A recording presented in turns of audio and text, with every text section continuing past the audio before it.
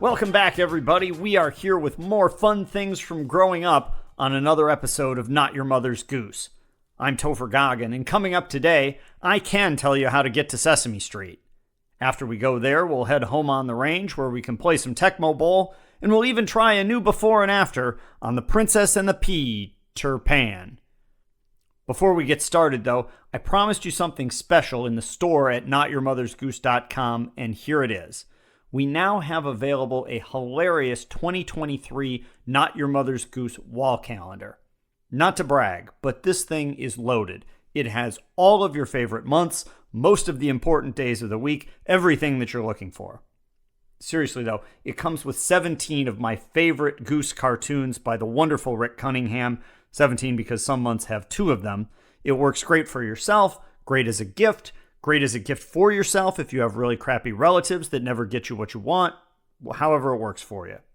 To check it out, visit notyourmothersgoose.com/store. It's right there as the top item. And if you buy one in October, you can use the code CALENDAR23 and I'll give you 23% off.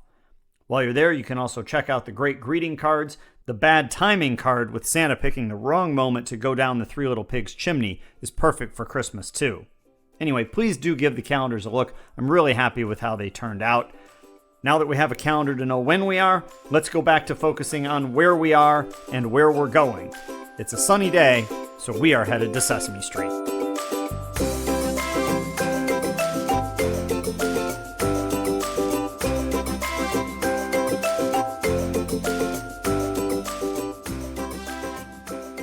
Sesame Street. There are few things in this world that I love more than Sesame Street. Maybe pizza or gummy bears, but otherwise it's a pretty short list. And that's why when we did our whole breakdown of classic PBS kids shows last time, Sesame Street got saved for later. Frankly, I would put my ability to remember random Sesame Street songs and sketches up against just about anyone with fewer than, let's say, 8 children, or maybe the guy who ran the other arm on Ernie for Jim Henson. Now, to be clear, I am talking about early 80s Sesame Street, those seasons that might be labeled BE for Before Elmo. We're going back to the good old days here. Maria, Luis, Gordon, Bob. I was 4 years old when Mr. Hooper died. This is my wheelhouse here. Now, obviously one could take a truly historical look at this show, talk about how Joan Gans Cooney's ideas absolutely revolutionized the use of TV to make kids smarter, friendlier, and more prepared for a diverse world. It's safe to say that no other show made an impact that's really even close. The thing is, those books and documentaries have already been done, and they happen to be really good, so I really shouldn't mess with them. Instead, I want to focus on the neighborhood with the ornery green furball living in a multi-story trash can with game shows hosted by Guy Smiley. Now, seriously, who couldn't find somebody that they loved on Sesame Street? If you couldn't relate to Oscar, though I'm not sure how anybody couldn't relate to Oscar, maybe you were a fan of Telly Monster. I remembered while writing this that Telly and Oscar once had a segment where they would rate movies with a series of either wows or phooies, while the popcorn bucket always spilled all over Telly. But if that wasn't for you, maybe you're a fan of Grover, the world's most incompetent waiter, trying to help that guy with the blue head. Or Harry Monster, the motorcycle-riding weight room bro of the monster world. If that's not for you, you got a whole family of Snuffleupaguses. Snuffleupagus, I'm not really sure. But anyway, they're just around the corner. If you need news coverage, Kermit the Frog was there in a trench coat to cover all the fairy tales in a newscast that might as well be the inspiration for this whole show. Learn your numbers from a pinball machine that counted to 11, 12. Then we've got a two-headed monster that sings and dances with Cab Calloway. We've got a monocled count with a German name, Eastern European accent, Thor's command of thunder and lightning, and a love of singing numbers that rivals Paul McCartney at the start of I Saw Her Standing There. There was also that time that the Count couldn't sleep because his sheep quit, so we hired the 24-hour emergency counting service to send a guy to jump over his bed in a sheep costume while the Count counted him instead. That was a favorite of mine. Of course, this is really just getting started. We haven't even mentioned the 8-foot-tall canary, which does make you wonder if Sesame Street was near some sort of nuclear power plant. Then there's a Cookie Monster, who certainly did wonders for my self-esteem when it comes to table manners and my parents' insistence that you eat like a washing machine. Whatever, Bill and Tinsy, check out how this guy eats and I don't seem so bad. We can't overlook the yip yip yip aliens or the honkers. Those were some sort of fuzzy creatures that communicate through their bike horn noses. Remember Forgetful Jones? Don't worry, neither does he. I could go on and on and on, and I really don't want to talk about how many YouTube videos I watched in the process of writing this. Speaking of which, I think that's going to be my plan. The best way to possibly cover what an episode of Sesame Street was really like is to watch a full show straight through. So on our next show, even more Sesame Street, I'm going to basically live tweet Sesame Street. From the opening sunny days to Barkley frolicking in the closing credits, if it happens to be a Friday, we will have the whole thing as long as I can peel myself away from watching long enough to write it.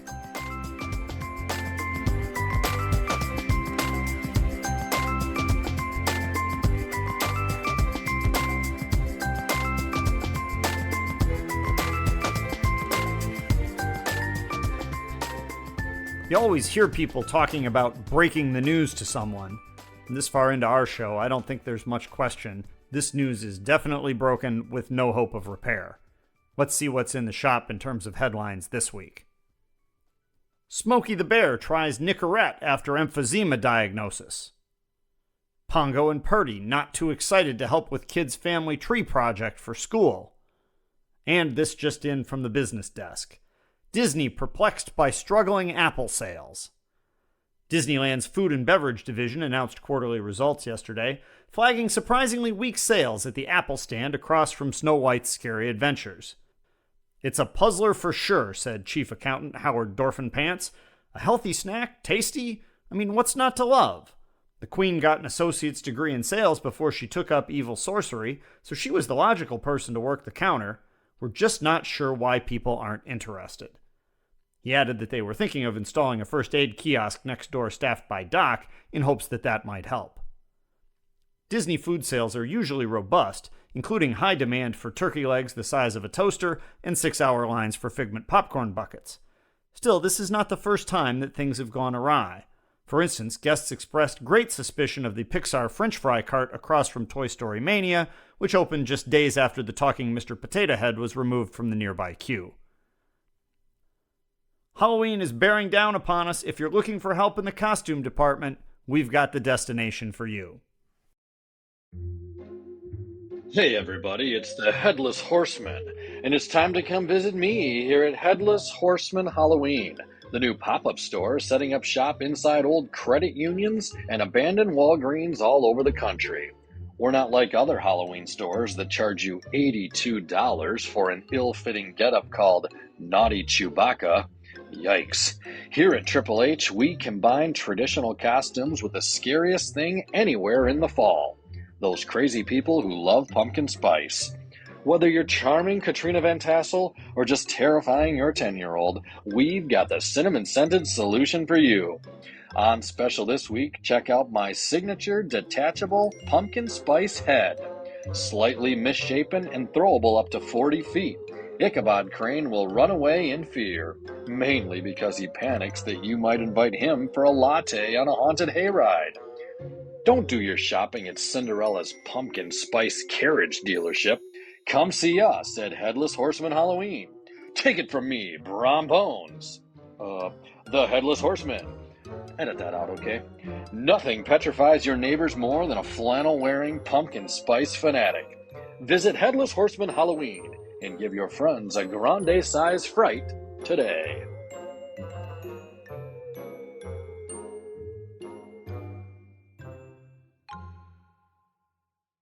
The recently engaged Brian Weifrich returns, congratulations by the way, taking a break from wedding planning to assume the role of the Headless Horseman for us. Weif, I'd get you a pumpkin spice latte for your efforts, but you sounded pretty invested in those lines, so I'm thinking maybe you're not a fan. On we go now for some more news coverage. Miss Piggy's agent nervous about passing along offer of Oscar Mayer commercial. Retired Lightning McQueen picks up gig driving for Uber. And in a check with the legal bureau, we discovered this update. Goldilocks to be tried as an adult. Goldilocks may only be 6 years old, but she'll find herself in the same courtroom as the Big Bad Wolf, Captain Hook, and others after Woodland County prosecutors announced plans to try the lass as an adult. Ms. Locks faces a mountain of felonies following a gruel-fueled crime binge last month. District Attorney Grizz Ursine charged the Fair Trust gal with counts of breaking and entering, invasion of privacy, larceny of breakfast, malicious destruction of a small recliner, and failure to make a bed after sleeping in it. If convicted, she could face up to 25 years in prison, likely to be served in the dungeon at the Beast's castle. Locks has retained the legal counsel of celebrity attorney George Porgy, best known for negotiating an involuntary manslaughter plea and probation for Scar in the famed Mufasa murder case.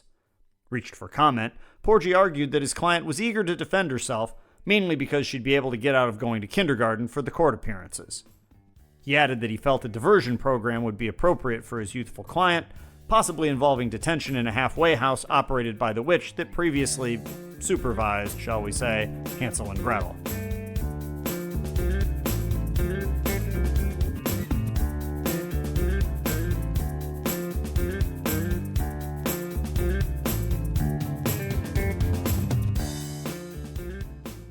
Home on the Range. When you need a hot tune, where do you turn? A Broadway composer? Prince? Barney the Dinosaur? All of those are reasonable choices. But the folks who are really in the know, they go talk to an ear, nose, and throat doctor.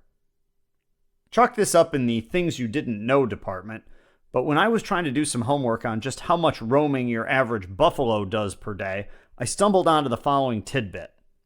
Home on the Range, the state song of Kansas since 1947, was composed by violinist Daniel Kelly with text by otolaryngologist Dr. Brewster Higley. First of all, Dr. Brewster Higley definitely sounds like the alter ego of some Marvel villain better known as Admiral Otoscope, who's trying to overrun a seaside metropolis with a giant electrified tongue depressor.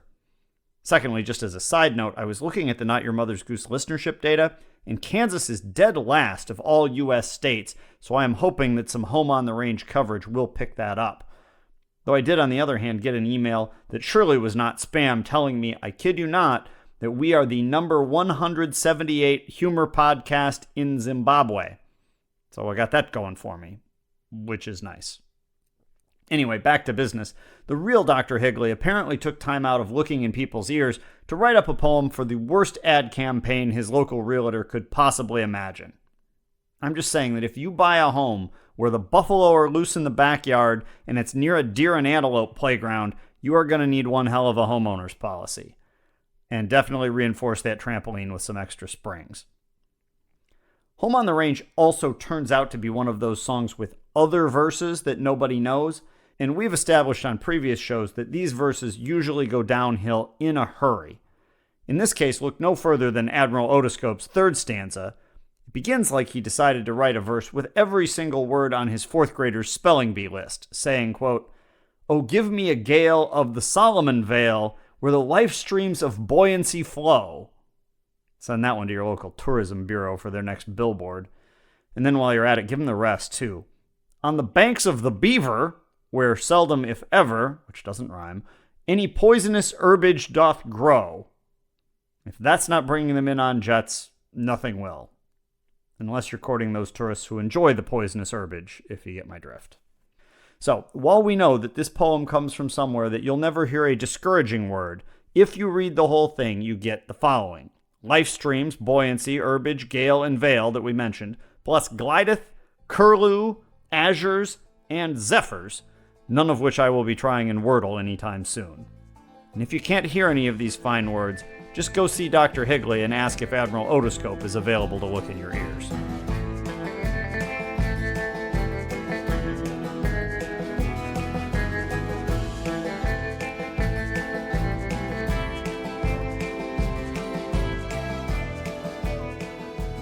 The Princess and the Pea-ter Pan.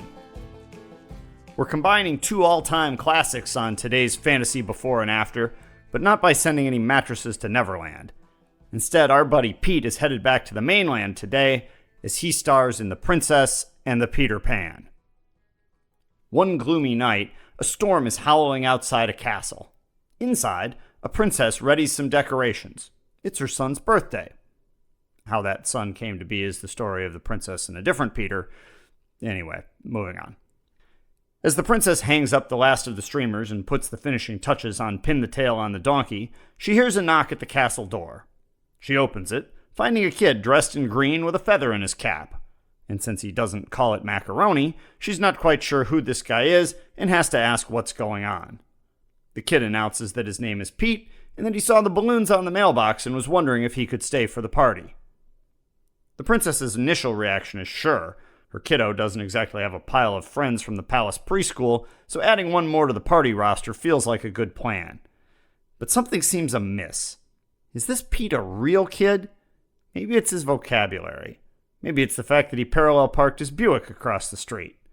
But something is screaming 40-year-old in a kid's body. So she decides to investigate. Of course, asking for ID isn't exactly going to help unless Pete is carrying a Toys R Us card or something, so she does have to devise a different plan. She invites the kid in and asks if he'd like to stay for dinner. Sure, he says, and the test is on. While Pete not at all suspiciously flies around the inside of the castle, the princess and her staff prepare a meal that no second grader could refuse. Macaroni and cheese, spaghetti, chicken nuggets, white bread with the crust cut off, and a juice box. But as she loads the cheese pizza into the oven, she sneaks a single pea underneath the piles of mozzarella. The meal comes out, and the princess watches closely as Pete digs in. Soon he finishes off the second bowl of butter noodles and moves on for the Little Caesars. It says delicious, scarfing down a couple more pieces. And with that, of course, the jig is up. For no self-respecting 7-year-old is getting that pea down without throwing a complete tantrum and having a meltdown, no matter how many Capri Suns and Pringles it's hidden in. This guy is at least 30, and the princess knows it. Confronted with the truth, Pete bolts from the table, leaving behind his wallet and his ARP card to further confirm her suspicions. Somebody check for the Buick down the road at the Royal Bingo Hall.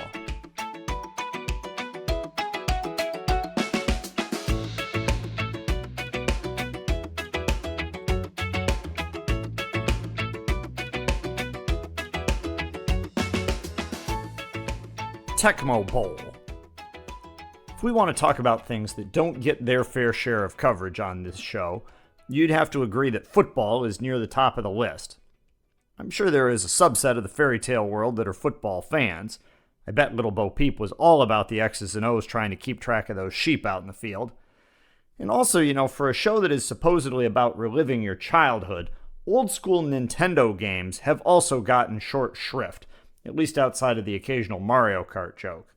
But today we can solve both of these problems in one swipe by taking a good look at Tecmo Bowl.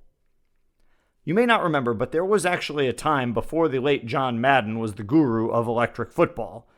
Not the electric football with the G.I. Joe type players on a giant vibrating board that resembled a medieval massage table. I'm just talking about video games. But back when John was on TV selling, boom, tough actin' tenactin' for your athlete's foot, Nintendo was struggling to figure out video game football. First there was the comically simple 10-yard fight starring some pixelated blobs. That was followed by the game NFL, where the main feature was the ability to accidentally audible into punt formation on 2nd and 2. Later we also had NES play-action football, which added injuries to the mix, as well as some players who ran about as fast as a sedated moose. But mixed in here came the gold standard of 8-bit football, Tecmo Bowl, and its follow-up, Tecmo Super Bowl. The highlight of Tecmo Bowl was that it was the first game, at least that I remember, that licensed the names of real NFL players so you could actually play with Walter Payton or Joe Montana. Usually, at least. Apparently, Nintendo's lawyers couldn't always get the job done, as Randall Cunningham mysteriously turned into QB Eagles. There were also the situations where the game couldn't fit a long name on screen and had to abbreviate, leading to some fun when folks like the Colts' Eric Dickerson suddenly simply found himself as Dicker on your television. In many ways, Tecmo Bowl was the most realistic football game ever. And in many other ways, not so much. Without question, the best, most effective play to run on Tecmo Bowl was to call pass 2, have your quarterback run backwards as far as possible, like 50 yards, and then chuck an effortless 95-yard pass that would be automatically caught for a touchdown. Unless your buddy was playing with the Giants and controlling the Lawrence Taylor player, who would miraculously be in the right position for an interception despite being off the screen and invisible for the entire play. Tecmo Bowl also had the interesting feature where the defense tried to guess what play the offense would run. Guess wrong, and it was normal football. Guess right, and the play got completely obliterated, and your running back got piled onto by like 8 guys in a play that looked reminiscent of the varsity team taking on a group of 6th graders. Or maybe the 2008 Lions. The other innovation that Tecmo Bowl brought to the table was the idea of players with different ability levels. Long before NFL stars were bribing nerdy EA Sports programmers to get a 99 Madden rating, the people coding Tecmo Bowl decided to turn a few dudes into Superman. Of course, that meant if you were playing, you needed to select the right person to control. Say, hypothetically, you were playing against your mother and she was the Chicago Bears, and she thought that Wilbur Marshall sounded like a good defensive player. Way better than, say, Mike Singletary.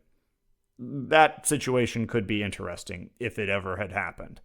No offense to Wilbur, I love the 85 Bears, and in real life, Wilbur, you were terrific. In Tecmo, sorry about your luck, Mom. And while I personally was a fan of LT, who I mentioned earlier, the real legend of Tecmo Bowl, of course, is Nintendo Bo Jackson. That was the secret to the game. Just be the Raiders. If you played as the Raiders, Bo wasn't getting tackled, period. Unless somebody cheat coded the defense with one of those blue Mario Kart shells.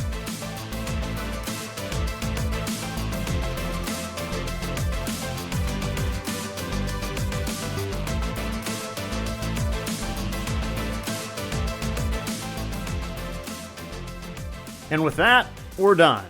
Sesame Street to Tecmo Bowl with a stop on the range. If that is not the most random collection of things we've thrown into an episode, I'm not sure what else I could toss in to get us there.